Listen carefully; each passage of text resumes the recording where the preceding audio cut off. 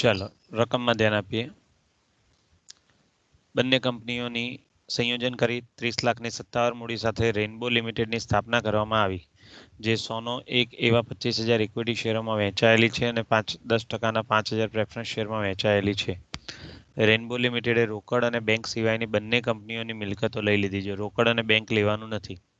ખરીદ કિંમત નીચે મુજબ ચૂકવી. પૂરા ભરાયેલા ઇક્વિટી શેર 10% પ્રીમિયમે 15,000 શેર આપવા અને 5,000 શેર આપવા. પૂરા ભરાયેલા 10% પ્રેફરન્સ શેર આપવાના. ત્યાર પછી સોનો એક એવા 10%ના ડિબેન્ચર 10%ના વટાવે આપવાના છે અને વિસર્જન ખર્ચ સહિત રોકડ આપવાની છે. રેઇનબો લિમિટેડના બાકીના શેરો 10%ના પ્રીમિયમે જાહેર જનતામાં બહાર પડ્યા.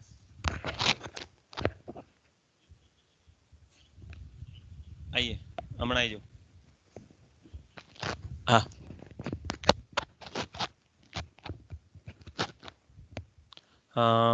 રેઇનબો લિમિટેડે બાકીના શેરો 10% પ્રીમિયમે જાહેર જનતા માટે બહાર પાડ્યા અને પૂરા ભરાઈ ગયા. ઓરિયન્ટ લિમિટેડ અને માસ્ટરકોર્ડ લિમિટેડનો વિસર્જન ખર્ચ અનુક્રમે 8,000 અને 6,000 થયો છે. રેઇનબો લિમિટેડના ચોપડે જરૂરી આમ નોંધ લખો. બરાબર.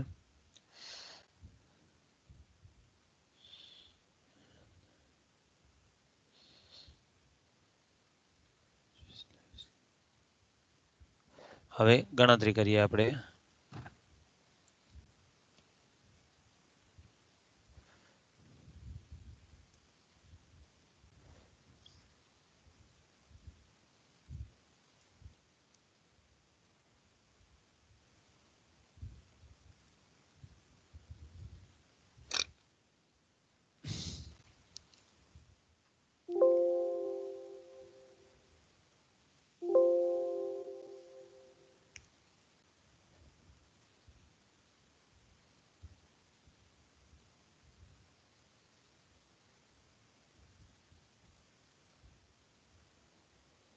એક્સેલ ફાઇલ શેર કરેલી છે, દેખાય છે ને દિલીપ?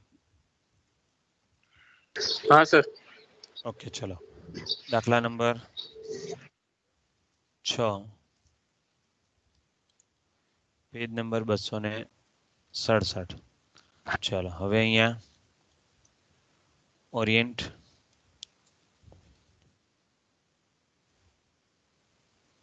અને માસ્ટર કોટ. બરાબર. સૌથી પહેલા આપ્યા છે ઇક્વિટી શેર મૂડી. કઈ દીધું હતું આપણને? 15,000 શેર. ઉપર આપણને કહ્યું હતું 100 એક એવા, એટલે 15,000 ગુણ્યા 100 અને જામીનગીરી પ્રીમિયમમાં 10% પ્રીમિયમ કીધું એટલે 100ના 10% 10 રૂપિયા થાય, એટલે 15,000 ગુણ્યા 100 એટલે 15 લાખ. અહીંયા 1.5 લાખ. બરાબર.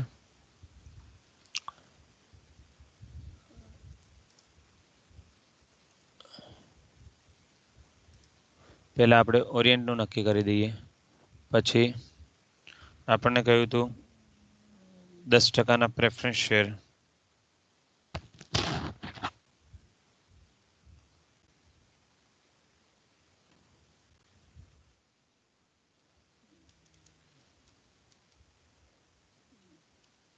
પ્રેફરન્સ શેર મૂડી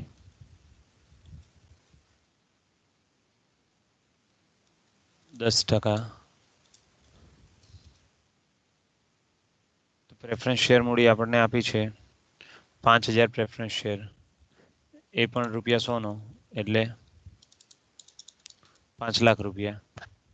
અને રોકડ આપણને કીધી હતી 10,000 રૂપિયા. તો આમ ખરીદ કિંમત 21,60,000.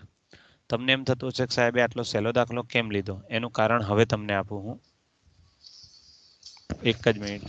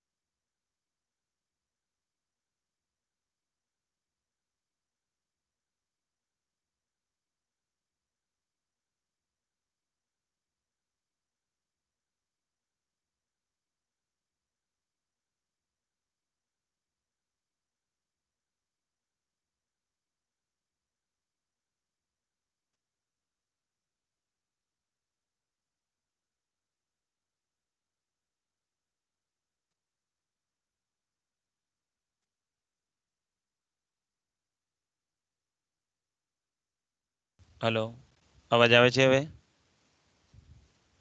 हाँ सर। જો હવે માસ્ટર કોર્ટમાં, તો માસ્ટર કોર્ટમાં જો 5,000 ઇક્વિટી શેર પ્રેફરન્સ શેર નથી. હવે આ જે ડિબેન્ચર હોય ને, તો તમને મેં થિયરીમાં પણ સમજાવ્યું હતું આગળ, અને આગળના બે દાખલામાં આવ્યું કે ડિબેન્ચર છે તે હંમેશા ડિબેન્ચર હોલ્ડરને જો આપ્યા હોય તો એ દેવા તરીકે ગણાય, મિલકત તરીકે ગણાતા નથી, અરે સોરી, ખરીદ કિંમતના ભાગ તરીકે આવતા નથી. એટલે આ 2,000 રૂપિયા ખાસ આના માટે મેં દાખલો લીધો છે. આ 2,000 રૂપિયા તમારે અહીંયા ધ્યાનમાં લેવાના નહીં ખરીદ કિંમત ગણતી વખતે, બરાબર? એટલે આપણી ખરીદ કિંમત કેટલી ગણાય? તો કે ઇક્વિટી શેર 10%ના પ્રીમિયમે 5,000 અને રોકડ વિસર્જન ખર્ચ સહિત 5,000, બરાબર? એટલે અહીંયા જો 5,000 ગુણ્યા 100 એટલે 5,00,000, 10% પ્રીમિયમ એટલે 5,000 ગુણ્યા 10 એટલે 50,000, પ્રેફરન્સ શેર મૂડી 0 અને રોકડ 5,000, એમ કરીને 5,55,000 રૂપિયાની ટોટલ આપણી ખરીદ કિંમત થશે. એટલે આ વખતે આગળના દાખલાઓની જેમ ટોટલ નહોતું આપ્યું, આ બધાનું ટોટલ કરીએ એ આપણી ખરીદ કિંમત થઈ જાય, બરાબર? હવે આપણે અહીંયા ડિબેન્ચરની ગણતરી કરી લઈએ.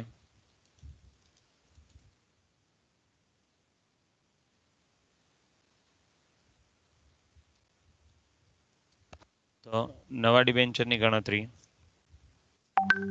એમાં 10%ના ડિબેન્ચર આપવાના કયા છે આપણને? નવા 10%ના ડિબેન્ચર. હવે એમાં માસ્ટર કોર્ટમાં આપણને શું વાક્ય હતું? જો કે 10%ના ડિબેન્ચર્સ 10% વટાવે આપવા, એટલે 2,000 રૂપિયા, 2,000 ડિબેન્ચર છે 100 રૂપિયાના ભાવે. એટલે બહુ સ્પષ્ટ કહી જ દીધું છે.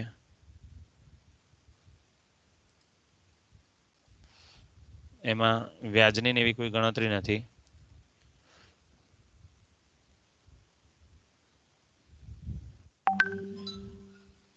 એમાં 10%ના ડિબેન્ચર અને ડિબેન્ચર વટાવ, તો 2,000 ડિબેન્ચર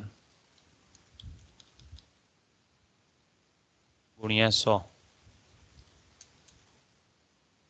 એટલે 2,00,000 રૂપિયા થાય. 10% વટાવ આપવાનો છે, તો ડિબેન્ચર વટાવ 10%, તો 20,000, એટલે બાદ કરીએ તો આપણને 1,80,000 મળ્યા, જે આપણે જૂના ડિબેન્ચર હોલ્ડરને આપ્યા હશે, બરાબર?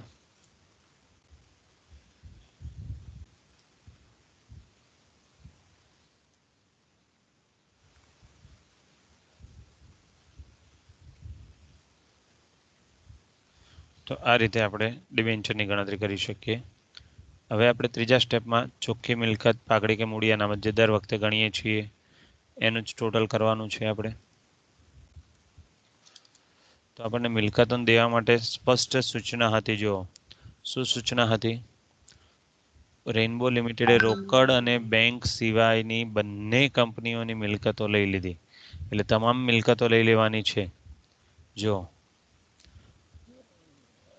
પાઘડી ન લેવાય.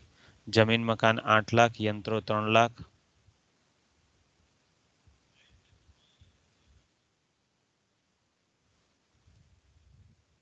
જમીન મકાન 8,00,000, યંત્રો 3,00,000. પછી એક નવી મિલકત આવે છે, રોકાણો. રોકાણો આપણે બજાર કિંમતે લેવાના. જો સ્ક્રીન બતાવું તમને, રોકાણોની કિંમત 1,00,000 આપી હતી, બજારમાં અત્યારે એના 1,50,000 મળે છે, તો બજાર કિંમત જ લેવા પડે. સ્ટોક 2,00,000, દેવાદારો 4,00,000. સ્ટોક 2,00,000, દેવાદારો 4,00,000. પછી રોકડ બેંક હતી, તો રોકડ બેંક લેવાની નથી. સામેની બાજુ જમીન મકાન 3,00,000, યંત્રો 2,00,000,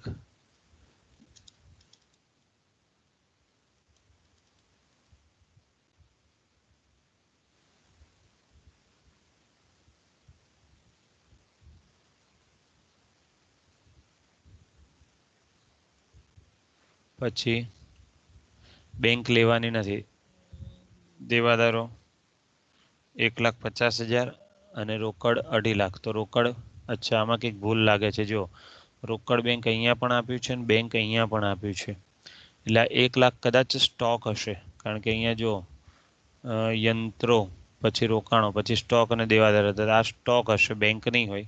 એટલે સ્ટોક 1 લાખ, દેવાદારો 1.5 લાખ.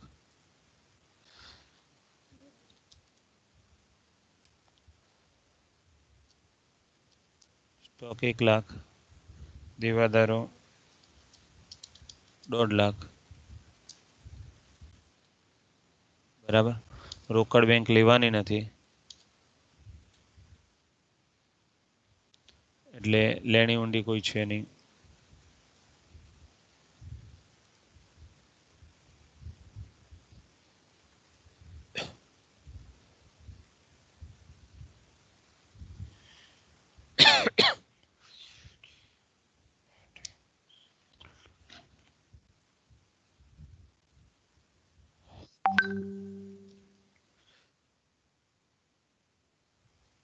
હવે દેવા જોઈએ. તો દેવામાં અહીંયા લેણદારો 2 લાખ, અહીંયા ડિબેન્ચર અને લેણદાર બે વસ્તુ છે, 2 લાખ. એટલે અહીંયા નવા ડિબેન્ચર આપ્યા, નવી કિંમત લેવાની, એટલે 10% ડિબેન્ચર. અહીંયા 0, અહીંયા 1,80,000 રૂપિયા. લેણદારો 2 લાખ, અહીંયા પણ લેણદાર 2 લાખ છે. લેણી ઊંડી છે, દેવી ઊંડી છે નહીં, એટલે કટ કરી દઈએ.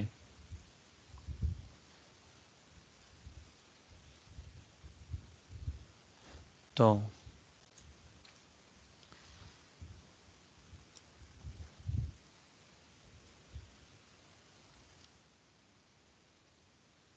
ટોટલ 2 લાખ, એટલે ચોખ્ખી મિલકત આપણી થાય અહીંયા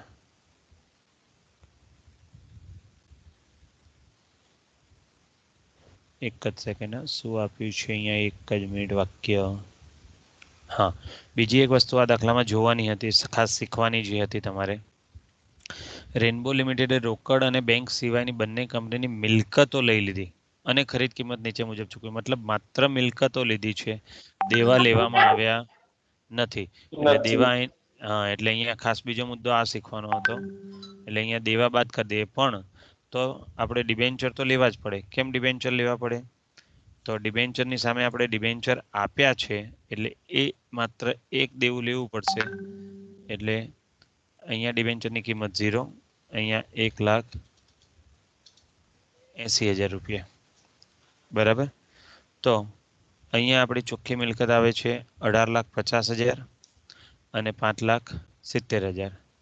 હવે ખરીદ કિંમત અહીંયા આપણે શોધેલી છે, જો 21,60,000 અને 5,55,000. તો 21,60 છે, 18,50 છે અને 21,60 લાવવાના, તો રકમ પ્લસ કરવી પડે કે માઇનસ કરવી પડે? Sir plus.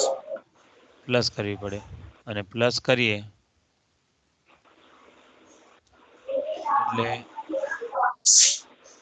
અહીંયા આપણે પ્લસ કરી 3,10,000, એટલે પાઘડી આવે. અને અહીંયા 5,70 છે, 5,55 લાવવા છે, એટલે 15,000 માઇનસ કરવા પડે. માઇનસ કરીએ એટલે આપણી પાઘડી આવે. બરોબર. ચલો, ક્લિયર આ ગણતરીઓ? હવે ખાસ આ દાખલા 2 વસ્તુ શીખવાની હતી. એક તો ડિબેન્ચર નવા જે આપીએ તે અલગ રીતે થોડા હતા, વટાવની રીતે, અને બીજું દેવા નહોતા લેવાના, પણ ડિબેન્ચર ચૂકવ્યા છે એટલે ખાલી ડિબેન્ચર લેવા પડે. બરાબર. ચલો, હવે કુલ સત્તાવાર થાપણ. રેનબો લિમિટેડે બાકીના શેરો 10% પ્રીમિયમે જાહેર જનતા માટે બહાર પાડ્યા. હવે જો તમારી પાસે 2 પ્રકારની શેર હતા, ઇક્વિટી શેર અને પ્રેફરન્સ શેર. તો પ્રેફરન્સ શેર 5,000 હતા, એ 5,000 અપાઈ ગયા, એટલે એમાં કશું વધતું નથી. પણ 25,000 ઇક્વિટી છે, એમાં 15 ને 5 20 આપે, એટલે વધે છે. એટલે આપણે અહીં ગણતરી કરવી પડે કે કુલ સત્તાવાર શેર 25,000, એમાં ઓરિયન્ટ લિમિટેડ અને માસ્ટરકોટ લિમિટેડ. બરાબર. તો ઓરિયન્ટને 15,000 આપ્યા, આને 5,000 આપ્યા, એટલે વધ્યા તમારી પાસે 5,000 શેર બાકીના. આ બાકીના તમામ શેર તમે જાહેર જનતા માટે 10% પ્રીમિયમે બહાર પાડ્યા છે. તો 5000 ગુણ્યા 100 અને 5000 ગુણ્યા 10% એટલે 10 રૂપિયા, એટલે 5 લાખ અને 50,000. તો બેંકમાં આવશે 5,50,000.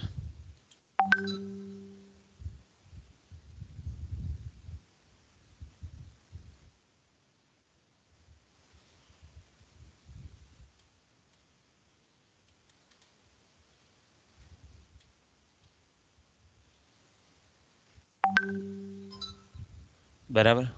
ચલો હવે રકમમાં વાંચીએ શું માંગ્યું છે આપણી પાસે.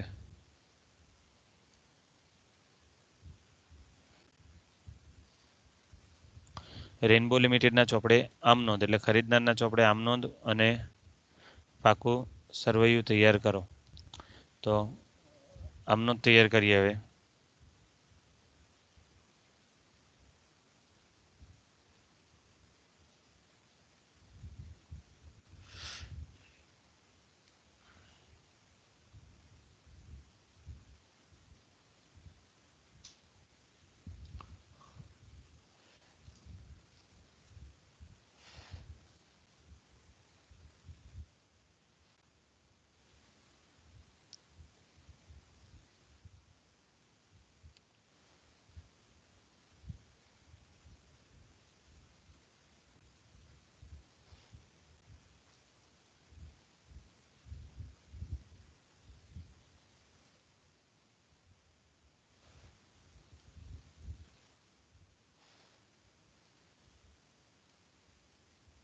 ચલો ટાઇટલ આપીએ, રેનબો લિમિટેડ ખરીદનારના ચોપડે આમ નોંધ.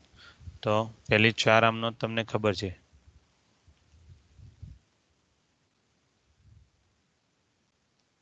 તો પહેલી 4 આમ નોંધ આપણી શું હતી? તો પહેલી 4 આમ નોંધ એ 2 કંપનીઓની ખરીદ કિંમત અને એની ચૂકવણીની હતી. બરાબર.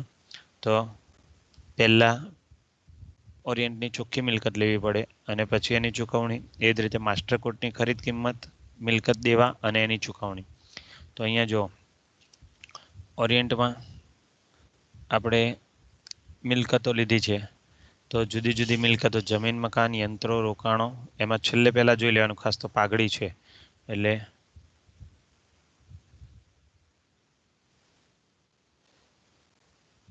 પાઘડી ખાતે, જમીન મકાન ખાતે, યંત્રો ખાતે, ટ્રેડમાર્કની જગ્યાએ અહીંયા રોકાણો છે આપણી પાસે, એટલે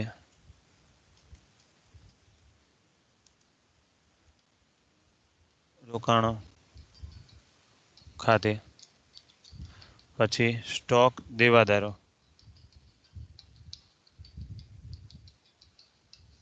સ્ટોક દેવાદારો. પછી પતી ગયું, બેંક લેવાની નથી. બરાબર. ચલો કિંમતો મૂકીએ. 3,10,000 પાઘડી, પછી 8 લાખ, 3 લાખ, 1.5 લાખ,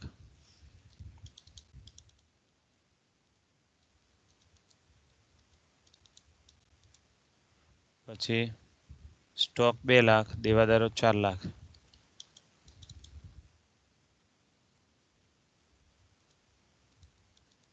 લેણદારો લેવાના નથી, એટલે લેણદારો જરૂર નથી લેવાના.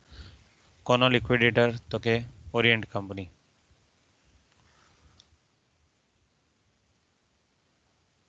ઓરિયન્ટ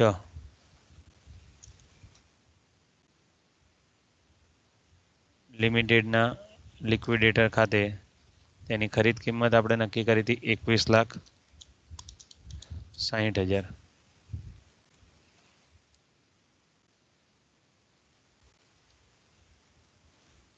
ઓરિયન્ટ લિમિટેડની મિલકતો અને દેવા ખરીદ્યા. હવે ઓરિયન્ટ લિમિટેડના લિક્વિડેટરને ચૂકવીએ, એટલે ઓરિયન્ટ લિમિટેડના લિક્વિડેટર ખાતે ઉધાર તે ઇક્વિટી શેર મૂડી આપી છે પ્રીમિયમથી. પ્રેફરન્સ શેર પણ એમને આપ્યા છે, એટલે અહીંયા આપણે વધારાનું એક લખવું પડશે. તે ઇક્વિટીના જગ્યાએ પ્રેફરન્સ શેર મૂડી ખાતે, તે બેંક ખાતે.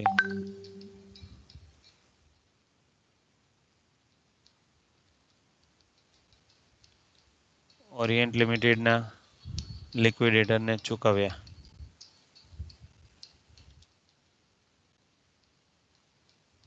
બરાબર, 21,60,000. કેવી રીતે ચૂકવે છે તેની ગણતરીમાં હોય ઉપર. 15 lakh equity share, premium 1.5 lakh, 5 lakh preference share મૂડી.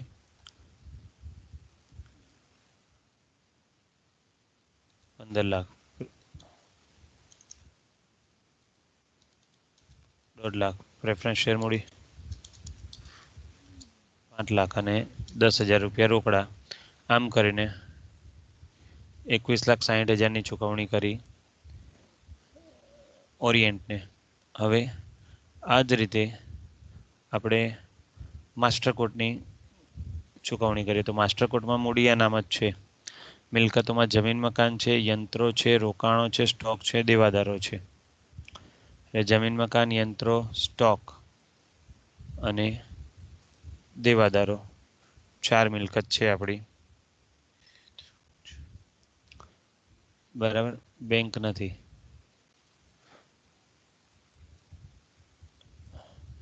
ચલો, જમીન મકાન આપણને આપેલું હતું 3 લાખ રૂપિયા. પેલું બેંક નથી, સ્ટોક જ હતું. તો જવાબ આવી ગયો, મેં ચોપડીમાં જોઈ લીધો, એટલે ભૂલ છે રકમમાં, પ્રિન્ટિંગ મિસ્ટેક એમ. સ્ટોક 1 લાખ અને દેવાદારો 1.5 લાખ. ડિબેન્ચર આપણે નવા આપીએ છીએ એમને 10%. હવે ખાસ અહીંયા ડિબેન્ચર લઈએ ત્યારે તમારે એક વસ્તુ ધ્યાનમાં રાખવી પડે કે આ વખતે ડિબેન્ચર એ વટાવથી આપ્યા છે. તો ડિબેન્ચર વટાવે તમારા માટે નુકસાન કહેવાય, અને નુકસાન કહેવાય એટલા માટે તમારે ઉધાર કરવી પડે 20,000 રૂપિયા. બરાબર, તો ડિબેન્ચર વટાવ અહીંયા લખવો પડશે આપણે. એક જ સેકન્ડ, કોઈ ફોન આવ્યો છે.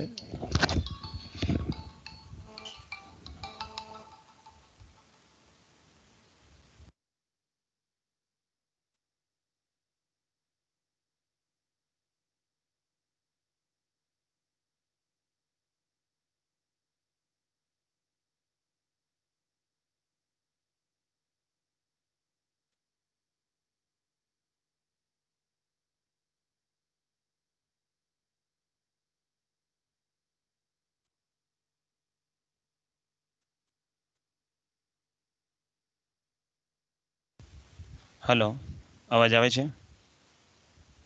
હા સર. ઓકે, એટલે આપણે અહીંયા હું જે વાત કરતો હતો કે એક આપણે વટાવથી આપે છે ડિબેન્ચર, એટલે અહીંયા ડિબેન્ચર વટાવ આપણું નુકસાન કહેવાય, એટલે ઉધારવું પડે. ડિબેન્ચર વટાવ ખાતે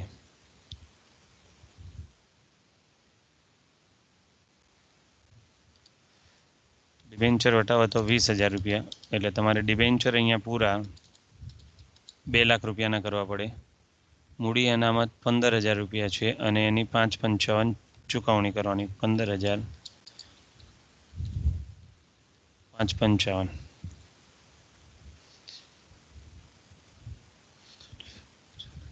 ઓકે, આ માસ્ટર કોડ હતું, એટલે અહીંયા લખી દઈએ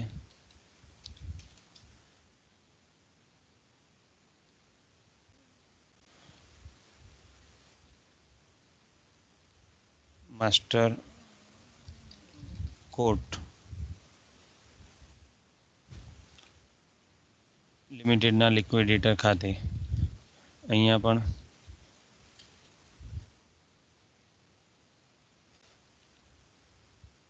હવે માસ્ટર કોર્ટને પૈસા ચૂકવવાના છે, એટલે ચોથી આમ નોંધ એની કરીશું. માસ્ટર કોર્ટના લિક્વિડેટર ખાતે ઉધાર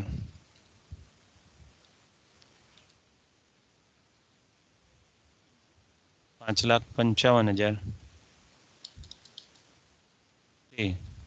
ઇક્વિટી શેર મૂડી ખાતે અને અહીંયા આ શેર આપણે પ્રીમિયમથી આપ્યા છીએ એટલે તે જામીનગીરી પ્રીમિયમ ખાતે પણ આવશે.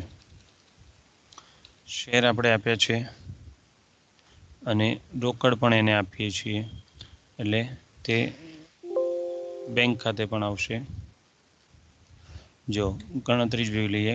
ખરીદ કિંમતની ચૂકવણી સૌથી પહેલી ગણતરી 5,50,000 એટલે ઇક્વિટી શેરમાં 5 લાખ, પછી 50,000 અને બેંકમાં 5,000. તો આ રીતે ટોટલ 5,55,000 થાય. હવે રેઇનબોએ બાકીના શેર જાહેર જનતા માટે બહાર પાડ્યા. એની આમ નોંધ એ તો ફિક્સ છે. આપણી બેંક ખાતે ઉધાર, તે શેર મૂડી, તે જામીનગીરી પ્રીમિયમ. રકમો શોધેલી છે જો આપણે બેંકમાં 5,50,000, મૂડીમાં 5 લાખ અને પ્રીમિયમમાં 50,000. એટલે અહીંયા બેંકમાં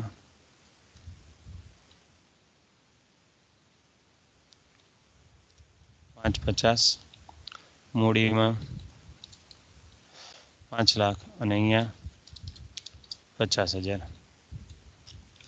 અને છેલ્લી આમ નોંધ, જો એક જ દાખલા મૂડી અનામત અને પાઘડી બંને હોય તો અહીંયા મૂડી અનામત આપી છે 15,000, પાઘડી 3,10,000. આપણે શોધેલી છે બંને વસ્તુ. તો 15,000 રૂપિયા ઓછી રકમ છે એટલે 15,000થી એન્ટ્રી થશે મૂડી અનામત ખાતે ઉધાર, તે પાઘડી ખાતે. તો આ રીતે તમારી 6 આમ નોંધ થાય. હવે પાકું સર્વે તૈયાર કરીએ આપણે. સૌથી પહેલાં મેં કહ્યું હતું એમ હંમેશા મિલકતો લઈ લેવાની. તો અહીંયા મિલકતમાં જો પાઘડી 3,10 અને મૂડી અનામત 15,000. તો 15,000 ઓછા છે એટલે એ નીકળી જશે એટલે પાઘડી રહેશે.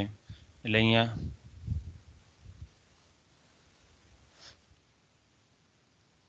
3,10,000 માઇનસ 15,000 રૂપિયા. બીજો કોઈ ખર્ચ કેવું છે નહીં એટલે 2,95 થશે આપણા. બરાબર. પછી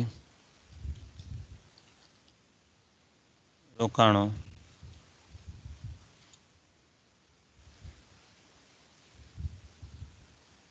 હવે દર વખતની જેમ ટોટલ કરીએ. જમીન મકાન પ્લસ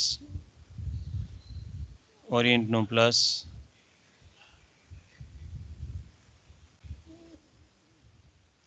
માસ્ટરનું. તો 11 લાખ થાય. જમીન મકાન યંત્રો થાય 5 લાખ. એટલે અહીંયા કિંમતો મૂકતા જઈએ.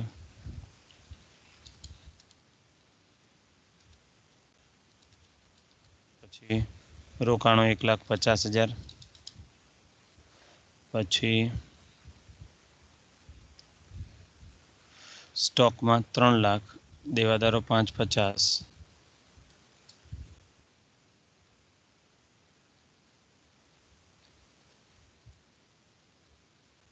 લેણી હુંડી છે નહીં આપણી પાસે એટલે ઉડાડી દઈએ. બેંક સિલક, તો બેંક સિલકમાં મેં કહ્યું તો અહીંયા હોય એટલી કરવાની. ચોખ્ખી મિલકતમાં હોય એટલી ઉધારમાં આવે, ખરીદ કિંમતમાં હોય એટલી બાદમાં જાય. તો અહીંયા ચોખ્ખી મિલકતમાં કોઈ છે નહીં બેંક સિલક.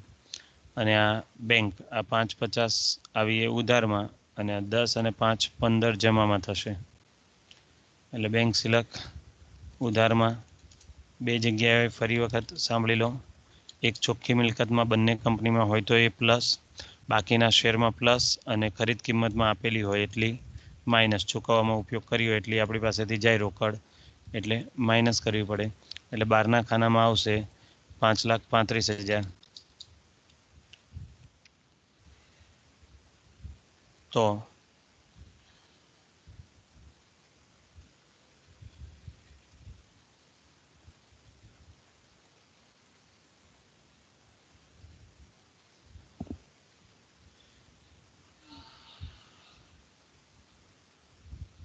$2,95,000. ઓકે. હવે સામેની બાજુ આપણે લઈએ.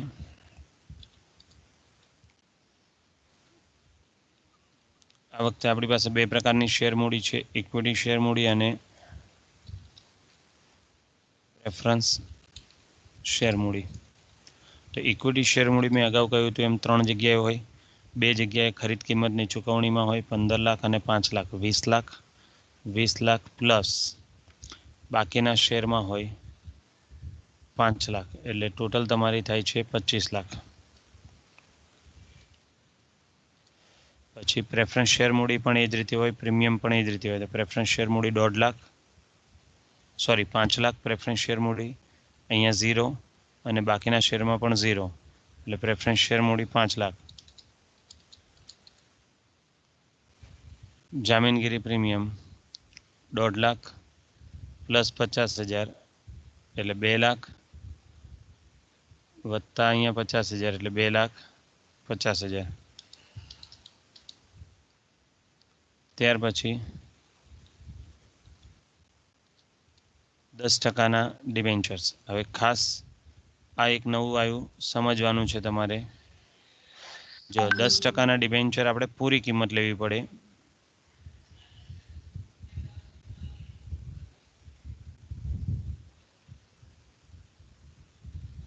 બરાબર.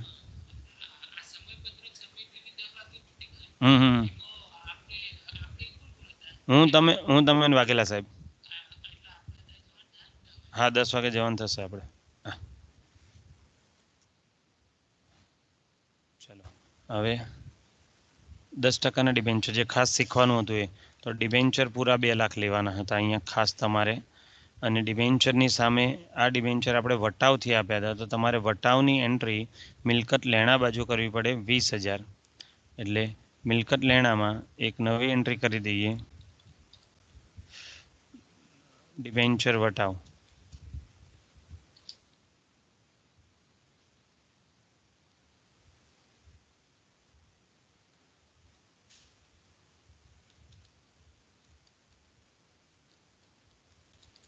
₹20,000.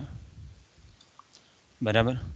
હવે લેણદારો આ દાખલામાં ક્યાંય છે નહીં, એટલે પતી ગયું. જો તમે જુઓ તો તમારી બધી જ આ મૂડી દેવા બાજુ આવે, રોકડ એમાંથી બાદ થાય, ડિબેન્ચર મૂડી દેવા બાજુ, બધી મિલકતો ગોઠવાઈ ગઈ અને દેવા ગોઠવાઈ જાય. તો આ રીતે તમારી આમનોંધ અને પાકું સરવૈયું તૈયાર થાય. બંને તરફનો સરવાળો સરખો થઈ જાય છે. બરાબર. હવે આમાં તમને કોઈ પ્રશ્ન અથવા તો કંઈ ન ખબર પડી હોય તો બોલો.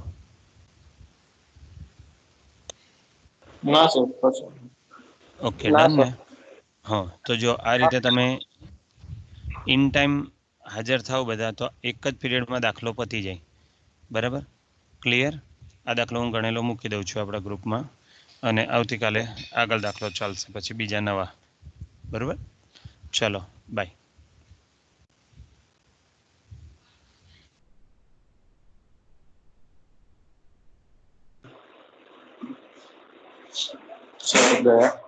ક્યાંક સર ફરવા જવાના હતા શું છે?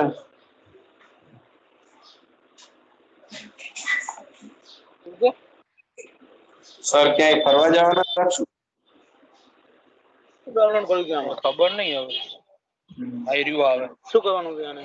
તને શીખવાડું શાંતિ રાખ. શું શીખવાડે? ઇંગ્લિશ લખતા. ઇંગ્લિશ શીખવાડું છું, તને શીખવું છે? ના યાર, તારું ઇંગ્લિશ બહુ હાઈ પાવર. મને લખતા નહીં ફાવતું, વોટ્સઅપ માં એટલે. અઠવાડિયું પૂરું તમે દેખાણા નહીં તો કોને કહું? હું બહાર ગામ ગયો તો એટલે 3 દાડા અહીંયા આવે છે. મેં તો પ્રમનાર ના જોયા જઈને પેસ્ટ કરે ને ખબર પડી જાય. તારો કોઈ લખવો તો આમ માઇક ચાલુ કરીને બોલ દેવાનું. હા મોકલશું.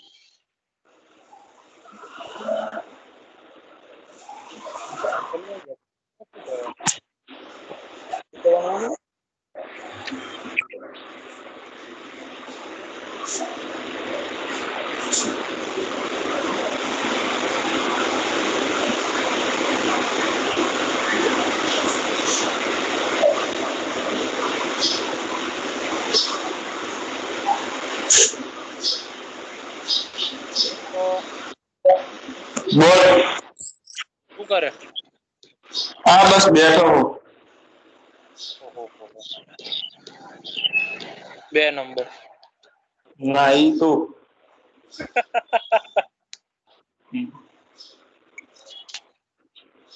સારું તો પેલા લેક્ચર જોયા આવશે.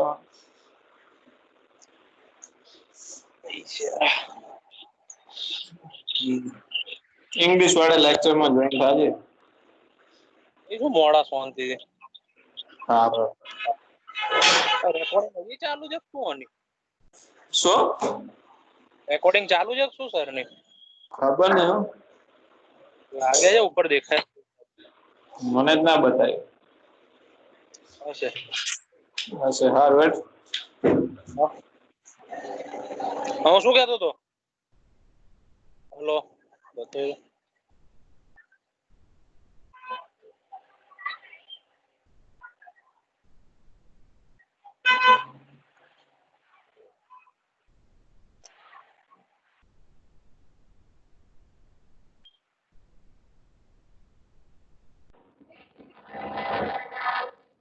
હલો.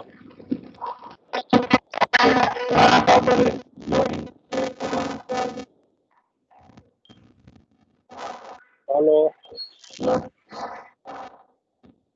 તારું માઈક રેકોર્ડિંગ ચાલુ.